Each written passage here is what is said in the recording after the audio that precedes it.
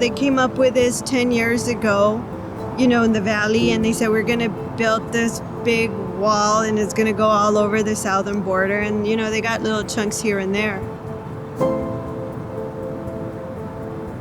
People got condemned, their properties got taken away. Some people have walls in back of their homes. And I said, you know what? We have to fight this. As an American, I would never have thought I would have to fight the government to keep my home and my land.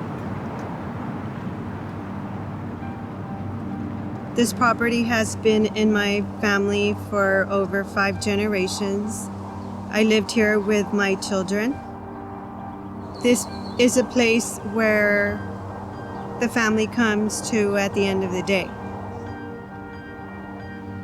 Living in a property that's been in the family for generations gives you a sense of comfort, of pride, because not everybody has the ability or so to say this land has been in the family for generations.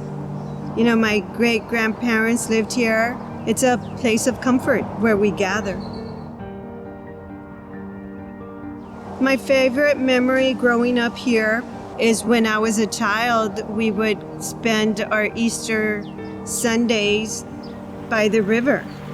Mind you, back then, my mother's side of the family would come, and so would my father's side of the family. And you would have a large group of people together because everybody wanted to enjoy the property and the river. The first time I found out about the government wanting to take my property was in November of 2018 when I got a letter. A few weeks later, we had a pair of people come in from the Army Corps of Engineers. And I told them, we don't want a wall. And the lady said, ma'am, if you don't sign the paperwork, the government's gonna take your property away. In later conversation, with the same lady, I said, ma'am, the wall doesn't fit here. And she simply said, we're going to squeeze it in there.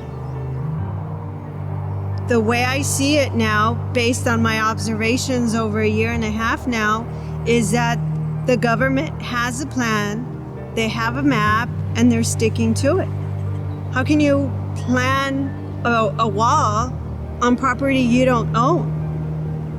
Because the government is sure they're going to confiscate, condemn those properties and take them over. So we have to fight this.